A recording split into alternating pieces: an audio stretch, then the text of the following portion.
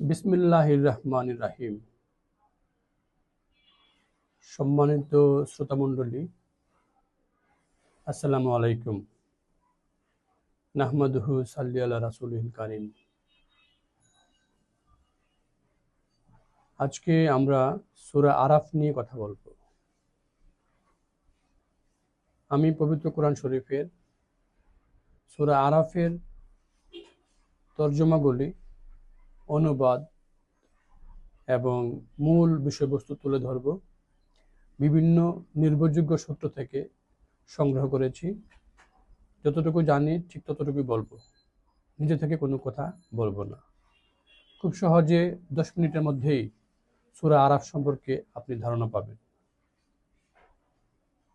সূরা আরাফ এটি কোরআন শরীফ নাজিলের ধারাবাহিকতায় 39তম সূরা, এবং এই সূরায় কোরআন শরীফের যে ধারাবাহিকতা বিন্যাস অনুসারে এটি হচ্ছে 7তম সূরা। মাক্কি যুগের শেষ দিকে সূরাটি নাজিল হয়েছিল মক্কায়, এই কারণে এটিকে বলা হয় মাক্কি সূরা। এবং একটু যদি আমরা খেয়াল করি যে সূরাতে মোট আয়াত রয়েছে 206টি। এখানে সূরা আরাফের নামকরণটা আমরা একটু খেয়াল করি। নামকরণটা দেখলে আমরা খেয়াল করব যে এখানে আরাফ অর্থ কি। আরাফ শব্দের অর্থ হচ্ছে উঁচু স্থান। উঁচু স্থান। এ সূরার 46 এবং 47 নং আয়াতে পঞ্চম রুকুতে আসহাবে আরাফ বা আরাফবাসীদের উল্লেখ রয়েছে। এই কারণে এই সূরার নাম হয়েছে আল আরাফ।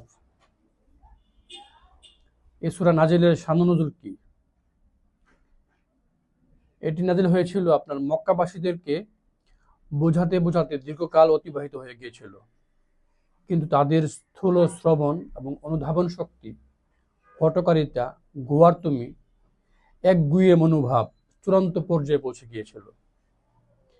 এ সূরার বর্ণনার ভঙ্গিতে নবুয়ত এবং রিসালাতের দাওয়াত পেশ করার সাথে সাথে তাদেরকে একথাও জানিয়ে দেওয়া হচ্ছিল যে নবীর মোকাবিলায় তোমরা যে কর্মনীতি অবলম্বন করেছ, তোমাদের আগের বিভিন্ন নবীর সময়েও তাদের সম্প্রদায়েরা এরকম আচরণ করেছিল এবং তাদের উপর মারাত্মক পরিণতি নেমে এসেছিল। তোমরা যদি এরকম করো, তোমাদের জন্য রয়েছে সেরকম পরিণতি। এক জায়গায় সারা দুনিয়া মানুষকে সাধারণভাবে সম্বোধন করে বলা হয়েছে, এবং এই ভাষণের এক পর্যায়ে ইহুদিদেরকে সম্বোধন করা হয়েছে। নবীর প্রতি ঈমান আনার পর তার সাথে মুনাফিকি নীতি অবলম্বন করলে কি হবে, আনুগত্য এবং অনুসৃতির অঙ্গীকার করার পরে তা ভঙ্গ করলে কি হবে, সেই পরিণতির কথা ওখানে বলা হয়েছে। এ সূরার মূল বক্তব্য কি? এ সূরার মূল বিষয় হচ্ছে, কেন্দ্রীয় বিষয়টা যেটা হচ্ছে সেটা হচ্ছে রিসালাতের প্রতি ঈমান।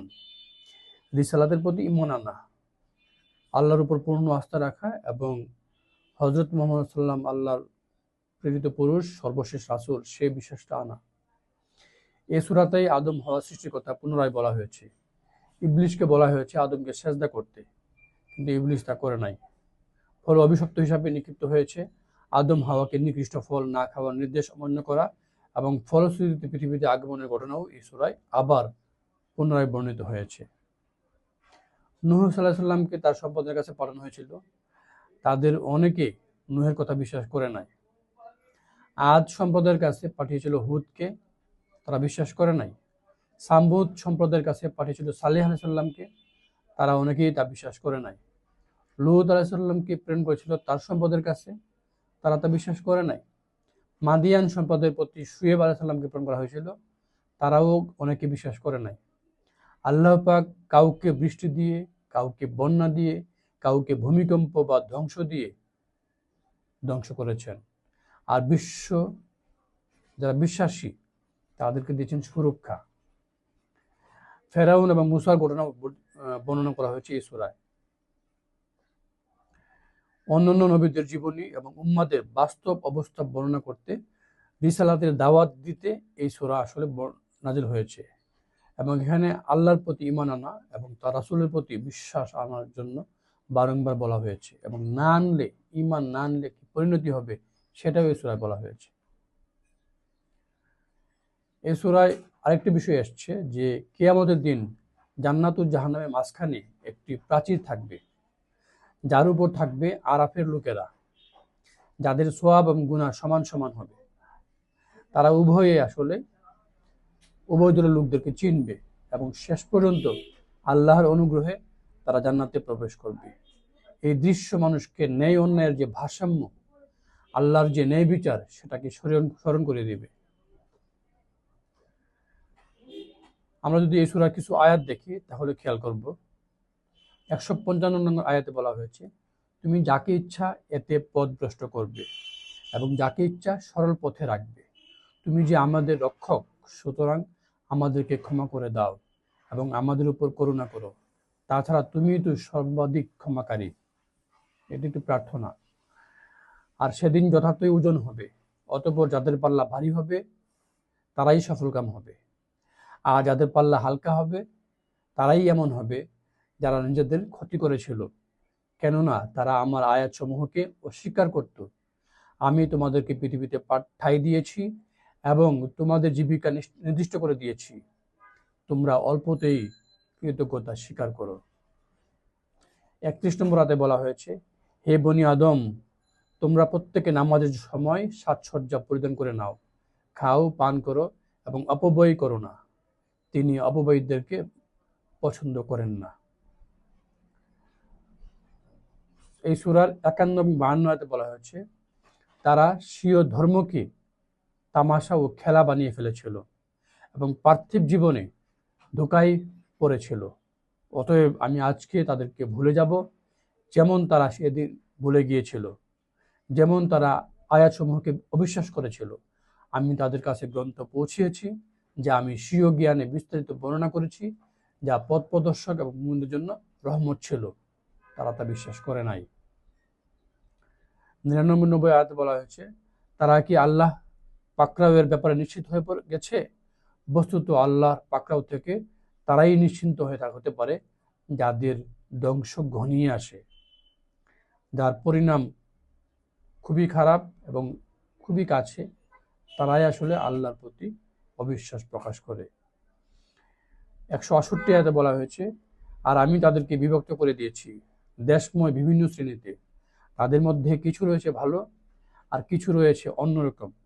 তাছাড়া আমি তাদেরকে পরীক্ষা করেছি ভালো মন্দের মাধ্যমে, যাতে তারা ফিরে আসে। এই সূরার 197তম আয়াতে বলা হয়েছে, আর তোমরা তাকে বাদ দিয়ে যাদেরকে ডাকো, তারা না তোমাদের কোনো সাহায্য করতে পারবে, না নিজেদের আত্মরক্ষা করতে পারবে। সুতরাং একমাত্র আল্লাহ পাকের মুখাপেক্ষী হওয়াই সর্বোত্তম পথ।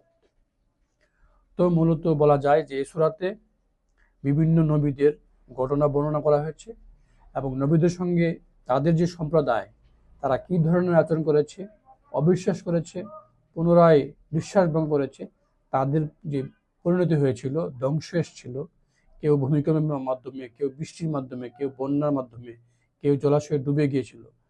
এই যে শাস্তি দেওয়া হয়েছে, এইগুলি বর্ণনার মাধ্যমে মুসলমানদেরকেও দাওয়াত দেওয়া হয়েছে ইসলামের পতাকা তলে আসার জন্য, আল্লাহ পাকের প্রতি পূর্ণ ঈমান আনা এবং তার যে রিসালাত, সর্বশেষ নবী হযরত মুহাম্মদ সাল্লাল্লাহু আলাইহি ওয়াসাল্লামের প্রতি পূর্ণ ঈমান আনা এবং তার জীবন ধারণ করার মধ্য দিয়ে আমাদের পূর্ণাঙ্গ জীবন ব্যবস্থা তৈরি হতে পারে। তো ঈমানের দাওয়াতটাই এখানে এই সূরাতে বারংবার দেওয়া হয়েছে এবং ঈমান না আনলে কি শাস্তি হবে, কি পরিণাম হবে, সেটাও এখানে বর্ণিত হয়েছে। সবাইকে ধন্যবাদ। আমরা আল্লাহ পাকের প্রতি পূর্ণ আস্থা রাখি এবং তার পাঠানো নবীদের যে দেখানো পথ, হযরত মুহাম্মদ সাল্লাল্লাহু আলাইহি সাল্লামের দেখানো পথে আমাদের জীবন চালিত করি। এই আশাবাদ ব্যক্ত করে শেষ করছি। আসসালামু আলাইকুম।